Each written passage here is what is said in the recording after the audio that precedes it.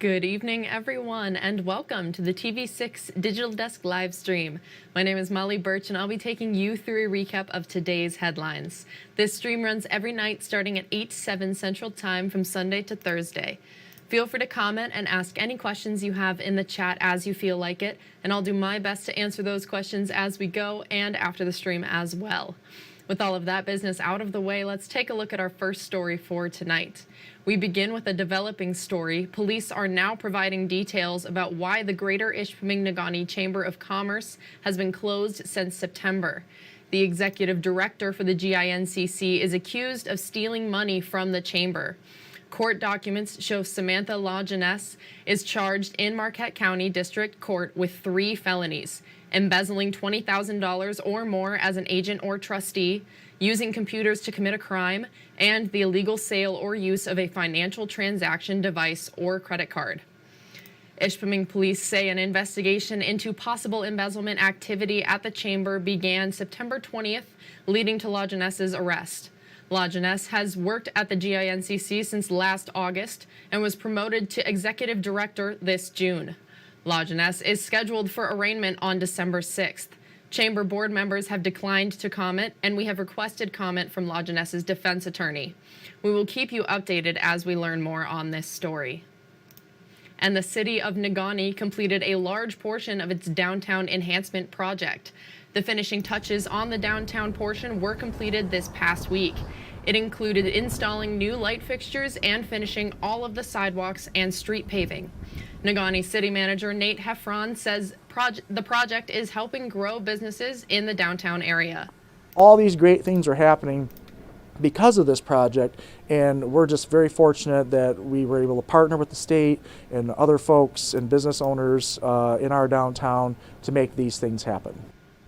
Heffron says the next phase of the project will include beautifying the social areas. The whole project is expected to be complete by the end of next July. And take a look. Winter is well underway in one of the snowiest parts of Upper Michigan. Mellstrand in Alger County picked up about 21 inches of snow since Sunday evening. This is what it looked like this afternoon by the Mellstrand General Store near the intersection of H58 and H52, It's certainly a welcomed sight for snowmobilers hoping to get on trails soon. And with temperatures dropping and snow falling, Yoopers are getting ready for winter sports. The Nakamenon Trail Network is hard at work preparing its trails for snowmobile and skiing season. Workers say the equipment is ready to go, but they are waiting for a few more inches of snow before they can start grooming the trails. NTN's Community Outreach Coordinator says the trails are very popular during long UP winters. Winter is long here. We get snow for many months, and so having a way to recreate outdoors is a great way to pass time in the winter. NTN would also like to remind folks to use proper etiquette on trails. Kilpala said to remember to give right of way to younger and less experienced skiers, avoid the set of track if you're snowshoeing or skate skiing, and try not to ski immediately behind groomers. And for many families across Upper Michigan, cutting down their own Christmas tree is a holiday tradition. TV6's Iron Mountain Kingsford Bureau reporter Blake Ryerson shares how one tree farm has been serving the community for almost 30 years. 25 acres of balsam fir trees grow outside of Foster City in Dickinson County thanks to the work of Mike Junot, owner of Junot's Christmas Trees. The farm opened last Friday and is open from 9 in the morning till 4 in the evening on December 2nd, 3rd, 10th, and 11th, with weekdays operating on an honor system. Junot says he fell in love with tree farming as a child. Well, I started doing Christmas trees with my Uncle Earl when I was 10 years old, and I got the bug, and I just enjoyed it. About 40 years ago, I started my own tree farm. After a decade of growing, Junot started selling trees and has been open during the holiday season almost every year. He says he takes pride in managing the farm. I really enjoy pruning the trees because every tree is different. It wants to be pruned differently, and it's kind of an art form if you really take. So I prune every one of my trees. Junot says he loves to see families come year after year to pick up their holiday tree. basically like a family atmosphere up here. One person this last weekend said he's been coming here for 28 years, you know, and a lot of people come, and now they're bringing their grandkids, you know. It's really kind of neat.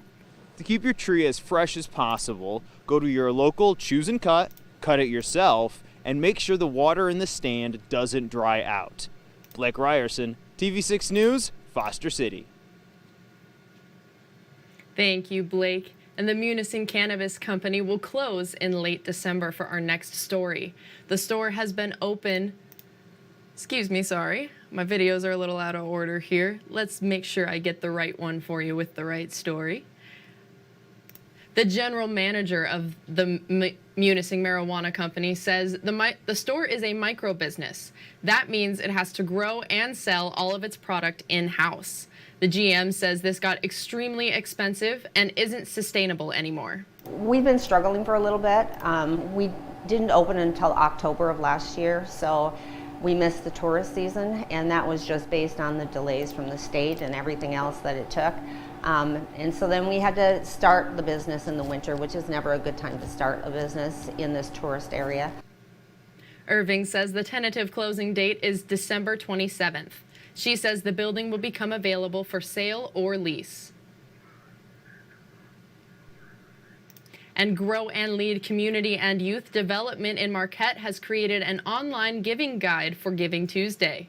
Organizers say the guide shows you all the great organizations, causes, and projects you can donate to.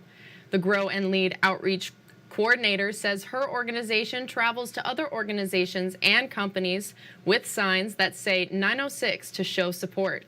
She says you can make donations to organizations around the entire UP. The Women's Center, the Salvation Army, the History Museum, there's the Sioux Children's Museum, so there's across the UP.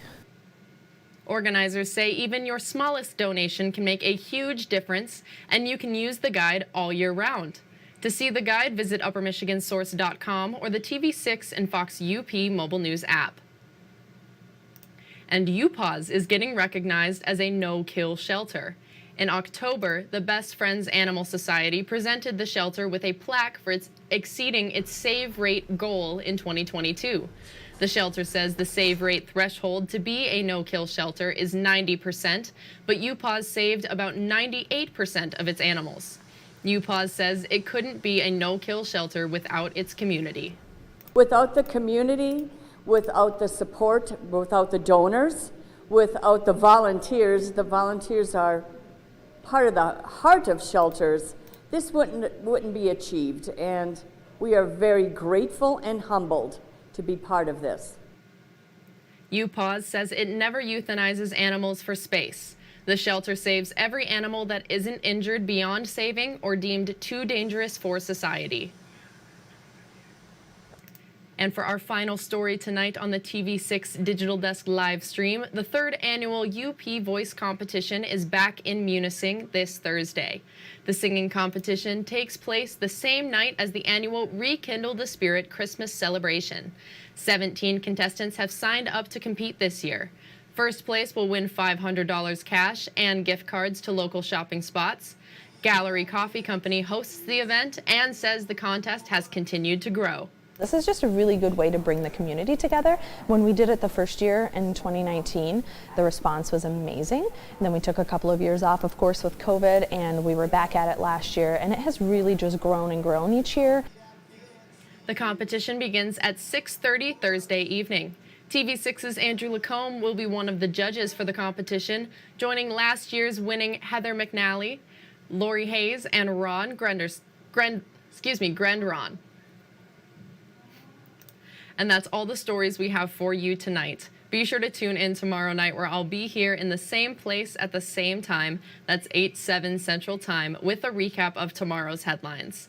You can find us streaming on Facebook or YouTube, whichever platform you'd prefer.